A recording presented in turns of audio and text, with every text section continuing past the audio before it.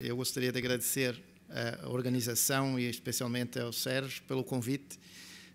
Não foi fácil estar cá hoje. Cheguei às 6 da manhã em Lisboa, depois de greves da Lufthansa e tal. Mas eu vou discutir e vou demonstrar nesses 20 minutos um balanço, que é o termo mesmo que traduz mais minha apresentação, é qual é o balanço que existe hoje entre a classificação morfológica e a classificação molecular do cancro da mama. E a primeira pergunta é por que nós precisamos de uma classificação do cancro da mama. Nós temos objetivos de diagnóstico, de prognóstico e de prever a terapêutica.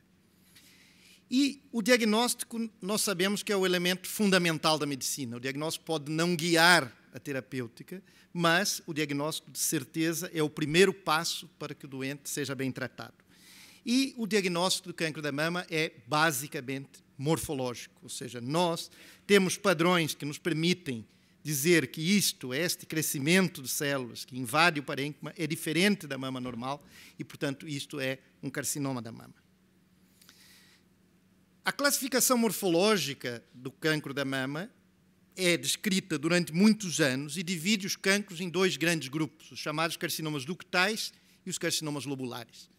E destes, variantes que são conhecidas como subtipos especiais, a maior parte subtipos do carcinoma ductal, algumas subtipos do carcinoma lobular.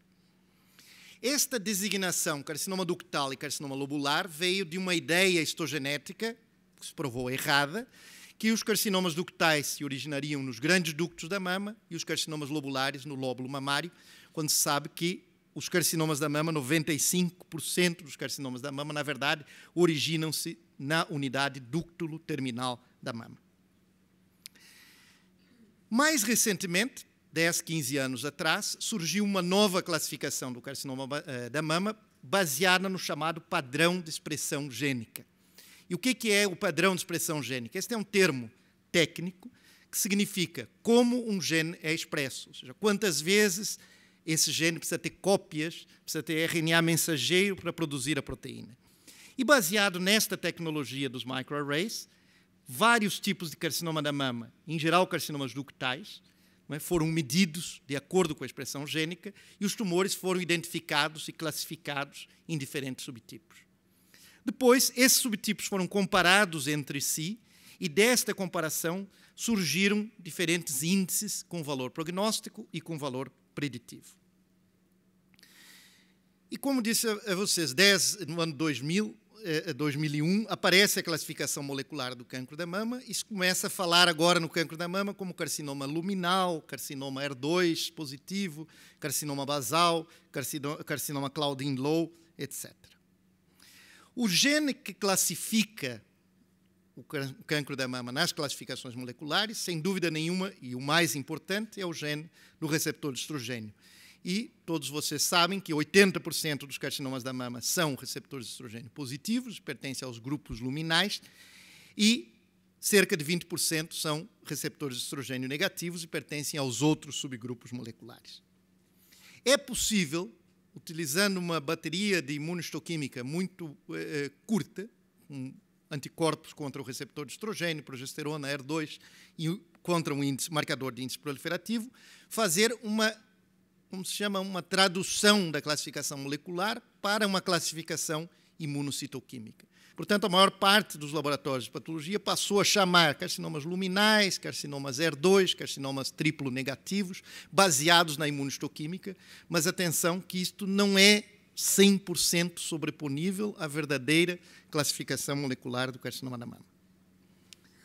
Com isso, muita gente pensou que nós não precisaríamos mais da classificação morfológica, bastaria uma classificação molecular. Bastaria dizer, olha, Zé Luiz, esse é um carcinoma da mama triplo negativo, e ele iria tratar esse carcinoma como um carcinoma triplo negativo, que está conotado como um carcinoma muito agressivo, que não responde à terapêutica. Entretanto, se nós não olharmos para o tumor, se nós não classificarmos morfologicamente o tumor, nós estamos a chamar de carcinoma triplo negativos o carcinoma de melhor prognóstico da mama, que é o carcinoma adenoide cístico, e o carcinoma mais agressivo da mama, que é o carcinoma metaplásico.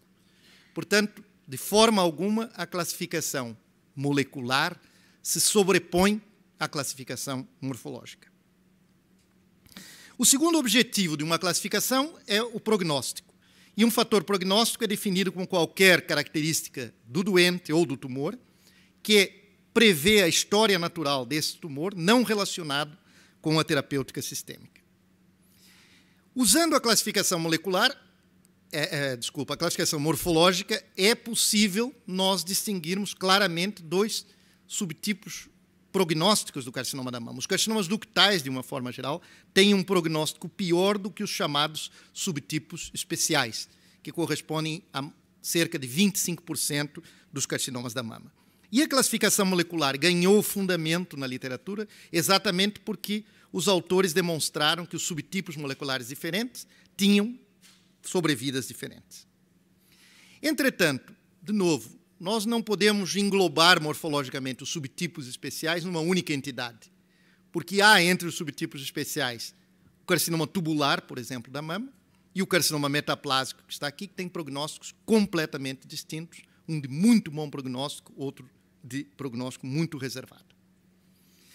Se nós sobrepormos a classificação molecular aos subtipos especiais, há uma sobreposição razoável, porque os subtipos especiais de bom prognóstico, como o tubular, o mucinoso, o papilar, são, de uma forma geral, luminais, receptores de estrogênio positivos, e os subtipos mais agressivos, como o medular, metaplásico, em geral, são basais ou triplo negativos. Entretanto, de novo, mesmo dentro de um subtipo especial, como o carcinoma metaplásico, existe distinção morfológica com implicação prognóstica. Estas figuras são de carcinomas metaplásicos da mama. À esquerda, aqui, o carcinoma adenoescamoso de baixo grau, o próprio nome está a dizer, um tumor de baixo grau da mama, é um carcinoma metaplásico. Aqui, um carcinoma metaplásico com metaplasia mesenquimatosa do estroma, um carcinoma altamente agressivo. Portanto, de novo, a morfologia tem um papel muito importante nessa distinção. Quando se fala em prognóstico, muita gente diz que a classificação molecular, então, foi feita para os carcinomas ductais, que têm prognósticos distintos. Entretanto, de novo, a morfologia pode dar informações muito importantes nos carcinomas ductais. O grau histológico. O grau histológico tem um papel prognóstico muito importante, ainda mesmo nesta fase de classificação molecular. E se nós juntarmos ao grau histológico o tamanho do tumor e o status da axila, temos o índice prognóstico de Nottingham, que se constitui, para os carcinomas da mama em geral, uma das informações mais importantes do ponto de vista prognóstico, inclusive se nós aplicarmos o índice de Nottingham aos diferentes subtipos moleculares. Mas há o problema dos carcinomas grau 2. E realmente os carcinomas que são graduados como carcinomas ductais grau 2, quando se aplicam assinaturas moleculares, se vê que este é um grupo distinto. Por exemplo, essas duas assinaturas, o Oncotype e o PAN50, aproximadamente dividem os grau 2, de modo que 56% dos carcinomas de grau 2 são de score de recidiva baixo no Oncotype e 63% são luminais A quando se aplica o PAN50. Como disse a vocês, o que implementou a classificação molecular foi a demonstração que aqueles subtipos moleculares tinham prognóstico distinto. Isso está muito bem comprovado na literatura. Mas as assinaturas moleculares de prognóstico basicamente servem para os carcinomas da mama receptores de estrogênio positivos. Neste artigo muito clássico, foi um dos primeiros e que é a base de uma das assinaturas moleculares, que é o MamaPrint, mostra-se claramente que, enquanto os carcinomas receptores positivos são divididos em dois subgrupos de acordo com a assinatura, os carcinomas receptores negativos, todos, a grande maioria, caem nas assinaturas de mau prognóstico. O outro objetivo da classificação é prever um fator preditivo, e o fator preditivo é definido como uma característica específica que se relaciona ou com resposta ou com falta de resposta ao tratamento. E, como classificadores preditivos, existem os tradicionais, todos vocês conhecem, o receptor de estrogênio, o receptor de progesterona, o ER2 e o índice proliferativo, e existem agora uma série de assinaturas moleculares que também são preditivas ao tratamento. Os classificadores clássicos, todos sabem, os tumores receptores de estrogênio positivos, em geral, respondem às terapêuticas antiestrogênicas, os tumores que expressam HER2 respondem às drogas anti-HER2 e os tumores que não têm nenhum desses marcadores, em geral, não têm um alvo específico. Entretanto, este não é algo ainda completamente resolvido. Nem todos os tumores receptores de estrogênio positivos são iguais. Sabem que os luminais A e luminais B são dois subtipos dos carcinomas luminais e que se distinguem pelos tumores luminais B terem uma baixa expressão de receptores de progesterona e um alto índice proliferativo. E esses tumores são mais agressivos e, em geral, necessitam de quimioterapia. O HER2 também é uma prática muito já estabelecida nos laboratórios de patologia, e a classificação tem variado um pouco ao longo do tempo. Começou com 10%, mais 10% positivo, membrana forte, completa, para se considerar positivo, depois foi para os 30%, e agora, na última revisão das guidelines da ASCO, volta aos 10%. Entretanto, o HER2 parece ser uma molécula importante, não só em termos de expressão, mas também em termos de mutação. Têm sido descritas, cada vez mais, mutações ativadoras do HER2 em carcinomas da mama que não expressam a proteína. E esses carcinomas da mama, que têm mutação do HER2, são resistentes, por exemplo, ao lapatinib, mas são sensíveis a outras drogas, como o neratinib, que é um outro inibidor HER2. Portanto, possivelmente, no futuro próximo, será necessário não só avaliar a expressão do HER2 ou a amplificação gênica, mas também a presença de mutações no gene HER2. Mas talvez as assinaturas, em termos de prever o tratamento, as assinaturas moleculares são muito úteis. E são úteis nos casos receptores de estrogênio positivos e HER2 negativos. Nós sabemos que há várias, as principais são o MammaPrint e o Oncotype. São dois tipos de testes moleculares que podem ser feitos hoje em dia em material, em blocos de parafina, material fixado em formol, incluído em parafina. E enquanto o MammaPrint divide em 2 grupos de bom prognóstico e mau prognóstico, o Oncotype divide em 3 grupos, de baixo índice de recorrência, intermédio ou alto. E, de acordo com cada grupo, é recomendado um tipo de protocolo terapêutico. É uma classificação. Entretanto, estas assinaturas moleculares de múltiplos genes ainda têm alguns problemas. Por exemplo, os resultados não são baseados numa coorte homogênea de doentes. Elas não consideram os fatores de prognóstico clássico. No Oncotype existe um score intermédio, e é óbvio que deveria existir, não é? Como existia aquela que se diz é a economia estúpida, aqui se diz é a biologia estúpida. Claro que a biologia não é A e B, tem sempre algo no meio.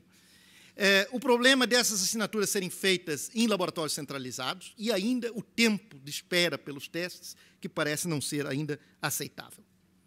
Obviamente que se nós aplicarmos nos tecidos os mesmos classificadores que existem no Oncotype, que são receptores de estrogênio, progesterona, HER2, índice proliferativo, nós temos muitas semelhanças com os achados, nós podemos prever o índice de recorrência. Qual é o problema? Podíamos dizer, então não precisava existir Oncotype? Se todos os laboratórios de patologia fossem totalmente standardizados, automatizados, não precisaríamos. Mas não são, e os tecidos também não são. A segunda geração de testes moleculares vem logo, e vão incluir, além da classificação genética, a classificação molecular, os índices de prognóstico clássicos, não é? Precisam de fórmulas que nos tragam uma certa padronização na extração do RNA e que possam ser feitas localmente em laboratórios certificados. Hoje, nas recomendações de St. Gallen, certeza todos conhecem, pela primeira vez entram, não é, como recomendação o uso das assinaturas moleculares, nomeadamente do Oncotype, para dividir os tumores luminais A de luminais B. Portanto, nós precisamos de uma classificação para o diagnóstico, para o prognóstico e para prever a terapêutica. E esta classificação pode ser baseada na morfologia, os tipos histológicos, pode ser definida pelos marcadores imunocitoquímicos, pode ser definida por padrões de expressão gênica, mas também a classificação pode ser definida por alterações estruturais nos genes e nos cromossomas. E foi disto que surgiu a classificação chamada MetaBric, que é uma classificação que divide os carcinomas da mama em 10 subtipos diferentes, os chamados Interactive Clusters, que foi publicada há um ano pelo grupo do Carlos Caldas e do Samuel Aparício. Divide em 10 subtipos, baseado não só na expressão gênica, como também nas alterações morfológicas, nas alterações quantitativas dos cromossomas e dos genes. Estes 10 Integrative Clusters se misturam dentro de casos receptores positivos e HER2 positivos, portanto, não sobrepõem exatamente aquela classificação e têm valor prognóstico. E um dado muito importante é que esta classificação detecta tumores receptores de estrogênio positivos muito agressivos, muito mais agressivos que os triplo negativos, com um índice de sobrevida muito pior, como podem ver aqui. A questão é esta: como é que nós podemos integrar esses subtipos na nossa prática diária? Isso vai ser feito de uma forma lenta, à medida que nós entendermos quais são essas alterações. E eu dou um exemplo de como detectar esse subtipo muito agressivo, receptor de estrogênio positivo. Quando nós olhamos as alterações genéticas desse tipo, se vê que elas são caracterizadas por uma perda no cromossoma 8, onde existe este gene, PPP2R2A, e um ganho no cromossoma 11, onde existe a ciclina D1. Baseado nisso, nós estudamos esses dois genes nos carcinomas da mama, do ponto de vista de expressão imunocitoquímica. Fizemos uma coorte de descoberta, onde detectamos um nível de positividade ou negatividade para o PPP2R2A, um caso negativo e um caso positivo, e depois aplicamos numa coorte de validação junto com a ciclina D1. E isto mostra, esses tumores mostram uma sobrevida muito má, são todos receptores de estrogênio, e mostram uma sobrevida muito pior do que aquelas dos tumores que não têm, ou seja, que expressam o PP2RA e têm uma ciclina D1 baixa. A classificação genética é muito complexa. 10 integrative clusters são muito complicados. Apesar de tudo, não tem um racional biológico. Mas são alterações que se encontram, mas não se sabe ainda exatamente qual é o racional biológico disso, e tem uma resolução morfológica muito baixa. Segundo Charles Darwin, quando nós classificamos, ou nós somos, como diz, lumpers ou splitters, ou nós tentamos juntar tudo, ou nós tentamos subdividir cada vez mais. E quanto menos se conhece a biologia dos tumores, mais ou nós somos lumpers ou nós somos splitters. E recentemente, agora em março deste ano, foi proposta uma nova taxonomia para o carcinoma da mama, baseado no fenótipo das células normais da mama.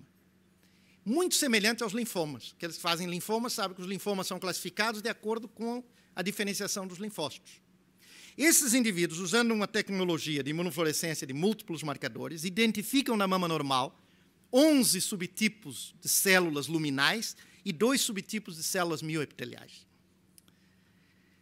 Feito isto, conseguem agrupar os carcinomas da mama baseados nos receptores de estrogênio, no receptor de androgênio, no receptor da vitamina D, em 4 subtipos, que chamam HR, que quer dizer Hormonal Receptor, 0, 1, 2 e 3.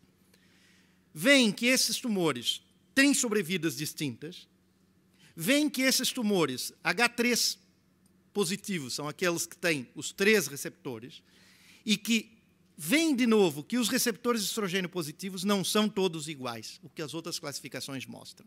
A grande vantagem desta classificação, que não tenho tempo de detalhar com vocês, é que realmente faz um paralelo, tem um racional biológico que faz um paralelo entre a célula normal e a célula do cancro da mama. E mostra claramente que carcinomas basais não existem, porque os cancros da mama não são definitivamente originados das células basais.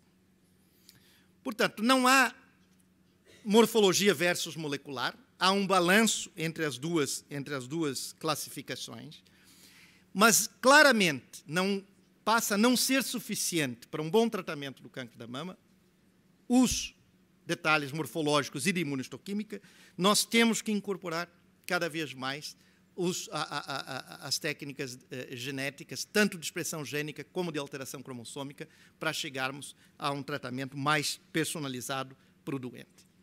Isso mudou a história do patologista. O patologista, antigamente, foi descrito como aquele indivíduo que guiava a mão do cirurgião. Hoje a gente não quer mais saber dos cirurgiões. Hoje o patologista é o melhor amigo do oncologista, Zé Luiz. O patologista deixou de ser um reconhecedor de padrões, passou a ter mais cuidado com o entendimento da doença, deixamos de medir só se o tumor era grande, o tumor burden, mas queremos entender a biologia da doença e, felizmente, saímos lá dos porões, não é, para integrar um time multidisciplinar. Muito obrigado.